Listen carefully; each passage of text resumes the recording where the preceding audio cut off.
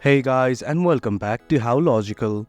In this tutorial, we're gonna look at how to log in to Badoo. Now let's begin. On any browser of your choice, simply type badoo.com and hit on enter right now. This is the home page of Badoo. As you can see, there are lots of features provided, but right now we simply want to log in. On the navbar, you will see the two buttons, login and sign up. In case you want to sign up, here's the button right here, simply click on it. But right now, let's simply hit on login as we want to log into our account. Once you click on the button, something like this will open up. Do note that you can log in using your email address or phone number, or Google, Facebook or Apple ID.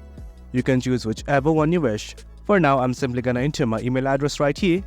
Once I've entered my email address, I'm simply gonna hit on login. Now right here, something like this will open up.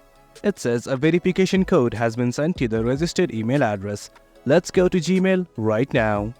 As you can see, I have received the verification code. Right here's the verification code. I'm simply gonna copy it. Once you've copied it, let's simply go to the previous website. And right here, let's paste the verification code. Once everything's okay, simply hit on continue. And guys, that's it. That's how we log in to Badoo. It's as easy as that.